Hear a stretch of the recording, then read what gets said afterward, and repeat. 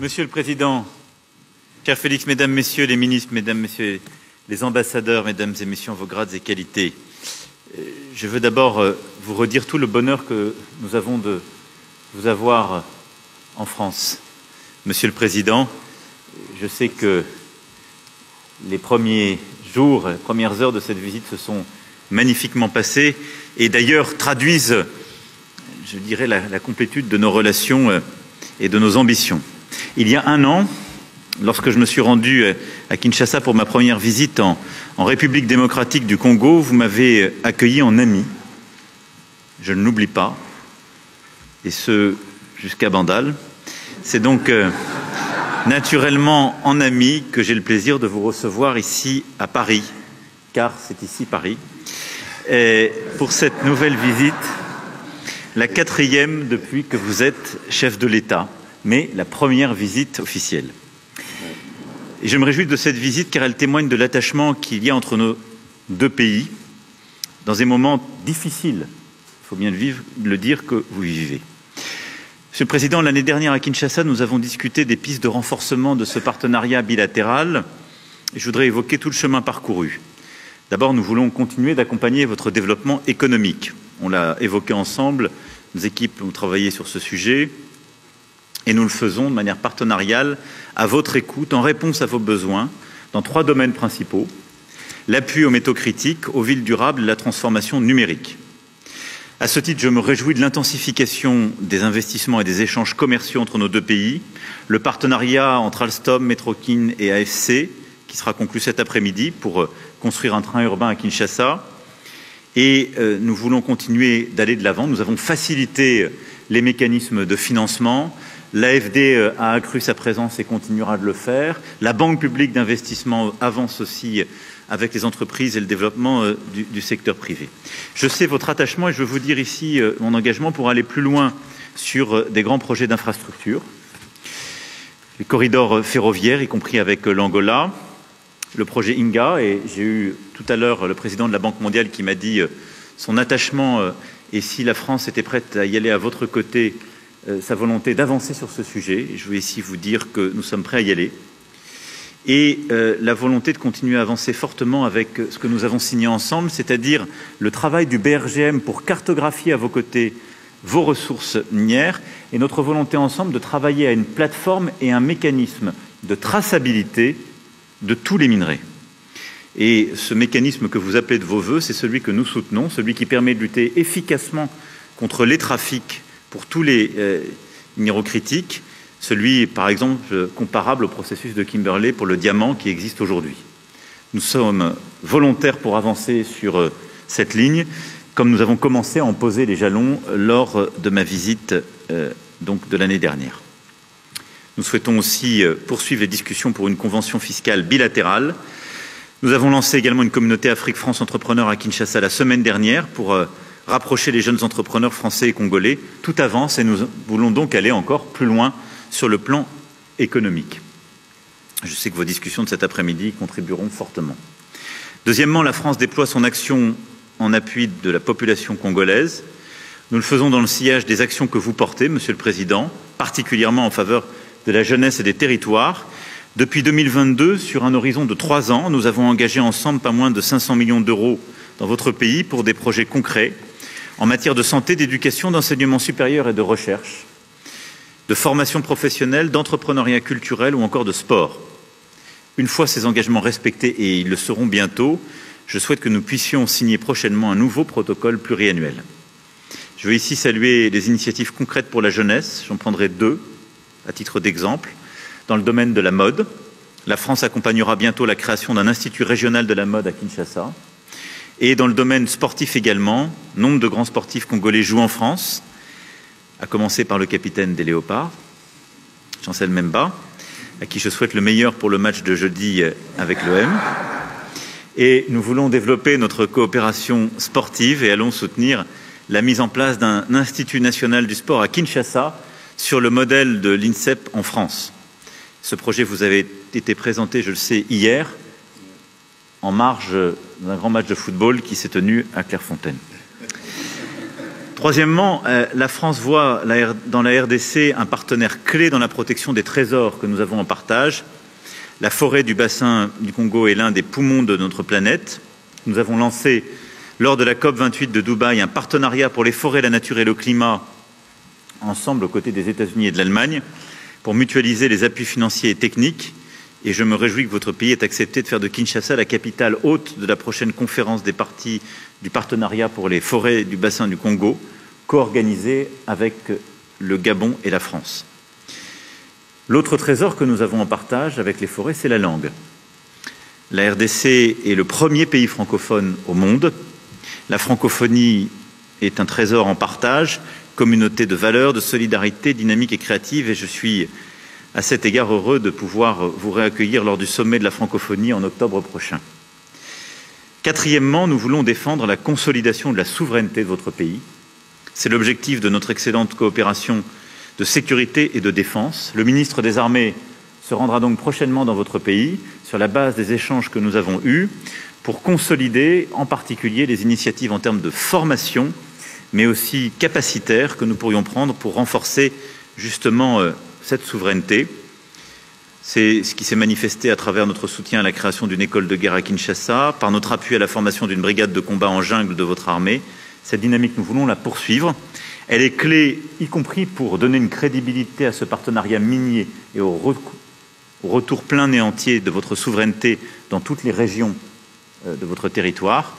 Et c'est pourquoi nous voulons être à vos côtés pour ces objectifs de défense et de sécurité. Et donc le ministre des Armées fera le suivi dans les prochaines semaines en se rendant à vos côtés. Enfin, votre visite intervient, je l'ai évoqué, dans un contexte particulièrement tragique pour le peuple congolais. Nous en avons évidemment longuement parlé avec le président à l'instant. La population de l'Est de la RDC souffre depuis maintenant 3 décennies des conflits armés, des déplacements de population et des ingérences étrangères. La France continuera à se battre pour qu'elle ne soit pas oubliée et qu'une solution soit trouvée. Et vous recevoir, passer le temps que nous avons passé à parler en détail de ce qui se joue, c'est aussi redire très clairement qu'il ne peut pas y avoir de double standard et que nous qui défendons l'intégrité territoriale en Europe, nous la défendons aussi sur le continent africain.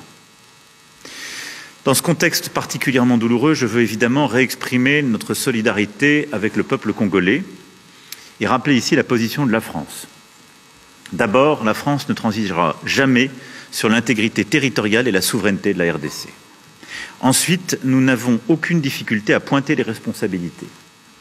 Je vais le dire avec la plus grande clarté possible, la France condamne fermement l'action de tous les groupes armés, et particulièrement l'offensive du M23, qui doit cesser les combats et se retirer de l'ensemble des territoires qu'il occupe. Tous les groupes armés, je dis bien tous, doivent être désarmés progressivement, démobilisés. Et c'est un recours plein et entier à votre souveraineté qui doit s'en suivre. Le Rwanda, je l'ai redit au président Kagame dans un échange récent, doit cesser son soutien au M23 et retirer ses forces du territoire congolais. Je lui ai redit et je le rappellerai dans les prochains jours. Et l'urgence est à la désescalade. Il est également important, dans le même temps, de lutter contre les discours de haine et l'action des anciens génocidaires du FDLR. Et je veux vous remercier pour les engagements très clairs que vous avez pris, pour à la fois agir de manière très concrète et assumer politiquement la lutte contre les FDLR, et nous engager la communauté internationale et les forces onusiennes pour accompagner le processus, évidemment, de DDR de cette force. Aucune de ces forces n'a quelque légitimité que ce soit. La seule force armée qui peut et doit opérer sur votre territoire, ce sont les forces armées de la RDC. La France salue l'engagement de la RDC à mettre fin aux agissements du FDLR, l'encourage à mettre en œuvre cet engagement et nous sommes avec plusieurs autres alliés à vos côtés, vous le savez, pour mettre en œuvre cette avancée. Enfin, la France s'est attachée aux processus diplomatiques régionaux. Nous pensons que la priorité doit être au dialogue et à la recherche d'une solution diplomatique sous l'égide du président angolais Lourenço. Et nous soutenons cet agenda. Je souhaite qu'il puisse maintenant porter ses fruits de manière très concrète sur le plan justement des décisions sécuritaires et politiques. Et j'ai dit au président, nous allons très fortement l'appuyer, nous réengager, et je souhaite que d'ici à la fin de l'été, nous puissions avoir des initiatives pleinement conclusives pour sortir de la situation que vous connaissez depuis trop de temps. Voilà, Monsieur le Président, cher Félix, ce que je souhaitais dire aujourd'hui. Je tiens une nouvelle fois à saluer votre présence, qui est celle d'un ami, du président du plus grand pays francophone au monde, mais aussi du président d'un grand pays d'Afrique où se jouent beaucoup des questions sécuritaires, mais aussi beaucoup des questions de développement économique, naturel, et que nous accompagnons et accompagnerons dans la durée. Vous pouvez compter sur la détermination de la France. Merci beaucoup, Président. Merci beaucoup, Monsieur le Président, cher Emmanuel. Merci d'abord pour l'accueil qui me rend un peu jaloux, parce qu'à Kinshasa, on n'avait pas fait pareil. Là, je crois que la France nous a battus, donc nous avons une revanche à prendre. Et donc, vous êtes cordialement à nouveau invité en République démocratique du Congo, cher ami. Merci également, je crois que le Président a tout dit, je ne vais pas revenir sur les détails de nos discussions, mais ce qui a le plus retenu mon attention, c'est l'engagement encore plus grand de la France aux côtés du peuple congolais, surtout dans ce que nous subissons comme guerre injuste qui nous est imposée par le Rwanda, qui soutient le M23. Et je pense qu'avec les discussions qu'on a eues aujourd'hui, une lueur d'espoir pointe à l'horizon. On peut compter, je peux le dire, c'est un risque que je prends, mais je l'assume. On peut dire qu'on peut compter sur la France qui sera à nos côtés pour trouver cette paix. Parce que de la paix dépendra maintenant beaucoup d'autres choses, notamment le développement par l'investissement des opérateurs économiques français dans tout ce qu'il y a comme opportunité à saisir en République démocratique du Congo. Ici, on a parlé des minerais critiques, mais on a également parlé des infrastructures et principalement du grand projet d'Inga, ce projet qui me tient à cœur et qui a beaucoup d'intérêt manifesté en ce moment. Et la France veut être aux premières loges pour nous accompagner dans la réalisation de ce projet. Je crois que nous avons eu une très très belle discussion et moi de mon côté je peux dire j'ai eu un excellent séjour. Avant de rencontrer le président Macron, j'ai rencontré plusieurs représentants de la classe politique française, des institutions françaises, et ça s'est très très bien passé au Sénat, à l'Assemblée nationale, et ce matin au ministère de la Défense. Je repars très satisfait et très optimiste quant à l'avenir des relations franco-congolaises. Que vivent d'ailleurs ces relations franco-congolaises. Monsieur le Président, encore une fois, merci. Merci.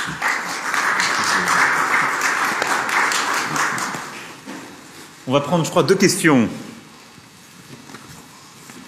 Bonjour, Messieurs les Présidents. Alors, excusez-moi, mais nous, on a un train de retard, on n'a pas participé au dîner. Alors, je voudrais commencer par parler de cette guerre. Tout commence au génocide rwandais. La France a beaucoup à se reprocher. Le président Macron l'a dit et redit. Ce serait peut-être l'occasion de lever ou de déclassifier les documents toujours secrets pour savoir ce que l'on a exactement à se reprocher. Alors aujourd'hui, la guerre continue et des sanctions sont demandées par la République démocratique du Congo. Ma première question, c'est est-ce que cela a toujours été ou est toujours à l'ordre du jour? Je vous avais déjà posé la question l'année dernière, ici. Ça, c'est pour le président Macron. J'ai une question pour le président Tshisekedi. Le président Sarkozy, c'était il y a beaucoup plus longtemps, avait parlé d'exploitation commune des ressources de la sous-région. Jusqu'où n'irez-vous pas pour obtenir la paix? Est-ce que avoir cette paix, pour vous, aura aussi le prix de concession demandé par d'autres pays, et particulièrement le Rwanda? Je vous remercie. Sur les sujets, merci beaucoup pour votre question, sur les sujets mémoriels que vous avez évoqués,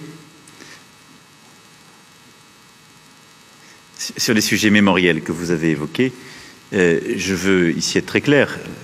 Il y a un exercice inédit, pas simplement de transparence, mais scientifique qui a été conduit à ma demande. J'ai mandaté le professeur Buchler avec toute une commission d'experts reconnus, indépendants, qui, pendant de longs mois, ont fait un travail sur la base duquel j'ai prononcé le discours de 2021, qui est le seul discours et les seuls mots qui ont autorité en la matière. Il y a ensuite un travail historique et historiographique qui se poursuit, et tout a été mis à disposition avec un dialogue et d'ailleurs même un changement de nos règles à la lumière de ces demandes. Donc je vous renvoie là aux travaux de la commission Ducler, à mon discours de mai 2021 sur ce sujet. Maintenant, je parle d'avenir. Sur la situation, notre volonté, c'est de la régler d'un point de vue militaire, sécuritaire et d'un point de vue politique, car tout se tient. Et vous avez raison, la situation que connaît l'Est de la RDC étant enquistée au fond depuis 3 décennies. Et certains ont pris des habitudes, il faut bien le dire.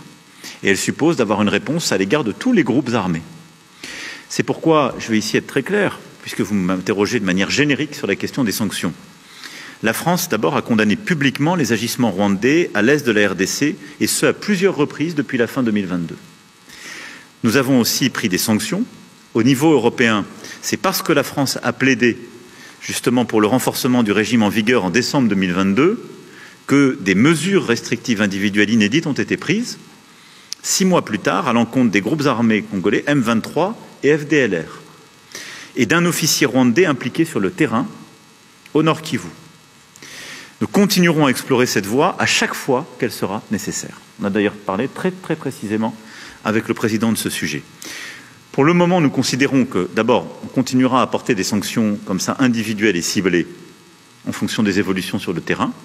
Notre priorité, elle est à l'action DDR à l'égard de tous les groupes armés, réimplication des forces régionales onusiennes reconnues et acceptées par la RDC sur son sol, et avec un travail et des engagements que nous demandons au Rwanda. Et ce faisant, nous pensons que le dialogue et la recherche de la solution diplomatique et sécuritaire est plus efficace à ce jour. Mais rien ne doit être exclu, et nous ferons tout ce qui est utile à chaque étape, comme nous l'avons fait tous ces derniers mois et ces dernières années. Oui. Ce qu'avait dit le président Sarkozy il y a quelques années était peut-être sujet à débat en ce moment-là, mais je pense que beaucoup d'eau a coulé sous les ponts depuis lors. Et aujourd'hui, la situation est totalement différente. Je suis moi-même témoin vivant de ce que je vais dire. Lorsque je suis arrivé à la tête de ce pays, j'ai tendu la main à tous nos voisins. J'ai fait le tour, on en a 9, je les ai tous vus, particulièrement le Rwanda et l'Ouganda, pour tirer un trait sur nos tensions du passé. Et nous avons expérimenté ce dont avait parlé le président Sarkozy, c'est-à-dire cette coopération sur des projets, des joint ventures, une coopération qui allait mettre ensemble nos pays et déboucher sur le bien-être de nos populations. Mais j'ai été payé en monnaie de singe. Je ne vous l'apprends pas. Vous le savez, nous avons été poignardés dans le dos par le Rwanda qui, au lieu de se contenter de cette proposition que je faisais, qui allait garantir une transparence dans nos échanges et garantir aussi le principe gagnant-gagnant dans cette collaboration, ils ont préféré continuer ce trafic illicite qu'ils mènent sur le sang du peuple congolais. Et cela me rend donc plus réfractaire à l'idée de pouvoir rééditer cette expérience. En tout cas, du moins, tant que sera à la tête de ce pays le président Kagame. Peut-être que les choses évolueront, qui sait, mais en ce moment, malheureusement, le rêve du président Sarkozy n'est pas réalisable en République démocratique du Congo. Bonjour, James André pour France 24. Alors au fond, j'ai une question qui est pour vous deux, présidents d'ailleurs. C'est-à-dire qu'en fait, on voit que le processus de Luanda patine depuis maintenant un an. On peut dire que la situation dans le Nord Kivu est pire aujourd'hui qu'elle ne l'était il y a un an avec le M23 qui a avancé, qui entoure Goma. Il n'y a pas de dialogue. Vous venez finalement de le dire à l'instant, Monsieur Tshisekedi, vous ne voulez pas parler à Paul Kagame pour l'heure. Donc ma question est d'abord, pour vous, qu'est-ce qu'il faudrait pour que eh bien, vous vous mettiez à la table et que ces discussions puissent reprendre. Et, Monsieur le Président Macron, je voudrais savoir si vous pensez aujourd'hui que la France, qui est engagée à la fois au Rwanda, on le sait, fortes relations diplomatiques et militaires, et avec la RDC, peut encore, on va dire, peser sur ce processus qui, on le voit, se porte très mal. Il y avait eu, avant cela, le processus de Nairobi, qui lui aussi s'était terminé en échec. Donc comment peut-on sortir de ce nœud, à la fois que peut faire la France et qui faudrait-il pour que vous alliez parler à M. Kagame? Mais vous l'avez dit, monsieur le journaliste, en parlant de Goma, vous avez dit que Goma est presque totalement asphyxié. C'est fait exprès parce qu'ils ont profité d'un moment d'accalmie, moment que nous avons saisi pour donner la chance à la paix, à la demande de nos partenaires, pour avancer leurs troupes et ainsi essayer de couper la ville de Goma de tout approvisionnement, l'asphyxier et donc pouvoir la prendre. Je peux vous garantir que nous sommes en train de travailler pour que cela n'arrive pas. Et tant que cette situation sera comme elle est, ce sera impossible de parler. Vous ne pouvez pas parler avec quelqu'un qui vous maintient le couteau à la gorge. Ce n'est pas possible. Donc, vous avez compris, pour avoir l'éventualité ou la possibilité de discussion, il faut que la situation évolue, c'est-à-dire il faut que l'armée rwandaise qui actuellement se trouve sur le sol de mon pays et non le M23, parce que le M23 c'est une coquille vide que le Rwanda brandit, il faut que l'armée rwandaise ait quitté le sol congolais. Alors à ce moment-là, oui, ce sera possible de discuter, mais discuter pour désormais s'entendre sur le fait que le Rwanda n'a plus rien à venir faire en République démocratique du Congo au niveau militaire. D'abord, je voudrais défendre quand même le travail qui est fait par l'Angola et son président, parce que je peux toujours critiquer les processus, mais enfin, il a le mérite d'exister et il n'y a pas beaucoup de concurrents. Donc l'engagement du président Lourenço est une chance pour la sous-région et je crois vraiment pouvoir le dire pour la RDC aussi. Et il le fait avec beaucoup d'engagement, de courage et de ténacité. Et donc nous soutenons ces efforts et nous nous coordonnons très étroitement avec ce qui est fait par le président Lourenço. Ensuite, la priorité aujourd'hui, ça a été dit, c'est un processus de désarmement et de sortie du territoire des groupes armés qui n'ont rien à y faire. Alors désarmement et encadrement, si je puis m'exprimer ainsi, des FDLR, d'une part, et retrait des forces rwandaises qui sont sur le sol congolais. Ça, c'est la priorité. Puis, désarmement du M23 et processus d'accompagnement. Bon. Donc, la priorité, elle est là, elle est sécuritaire. C'est le plan sur lequel on a travaillé. Et donc, pour moi, c'est véritablement ces premiers pas maintenant qui doivent être mis en œuvre dans un dialogue que nous allons essayer d'accompagner. Le rôle de la France est d'abord d'avoir une voix claire sur la question de la souveraineté territoriale en Afrique. Et je pense que c'est très attendu sur le continent et c'est très attendu pour la crédibilité même de notre action. Je l'ai dit, il n'y a pas de double standard. Et donc on ne peut pas dire chaque jour que la souveraineté territoriale en Europe justifie des efforts massifs et notre soutien à l'Ukraine, mais que la souveraineté territoriale de la RDC, ce serait une question secondaire. Non. Donc ça, on y tient. La deuxième chose, c'est que parce que nous parlons à toutes les parties, c'est d'essayer d'aider cette médiation.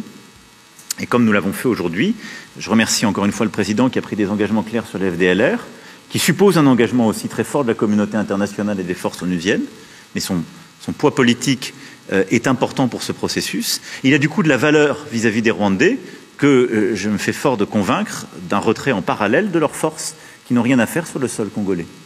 Et si on arrive à réenclencher un tel processus, la confiance se crée. Je suis très prudent, parce que vous avez raison de rappeler que les derniers mois ont plutôt été vers un accroissement des tensions. Mais il nous faut réengager. Le rôle de la France est celui-là, c'est de le faire avec beaucoup de transparence, avec la défense de nos principes, des équilibres de la sous-région, et de le faire en lien très étroit avec les médiations régionales. Donc nous allons continuer de nous engager de bonne foi sur des principes très clairement établis dont nous avons parlé ensemble et que je vous ai exposés dans la plus grande transparence. Je pense qu'on peut y arriver, je dirais même que nous devons y arriver. La réalité, c'est celle que votre confrère évoquait juste avant, c'est que nous parlons là d'une situation qui, depuis 3 décennies, s'est installée. Et donc, nous avons raison de nous y attacher collectivement, mais ça va supposer beaucoup de courage de tout le monde et un réengagement massif à tous égards. C'est aussi pour ça que tout ce qui est fait pour reformer, recréer l'unité des forces armées en RDC et reprendre la totalité de la souveraineté du territoire est très important côté congolais. Merci beaucoup. Merci mesdames et messieurs et merci à nouveau au président. Merci Emmanuel.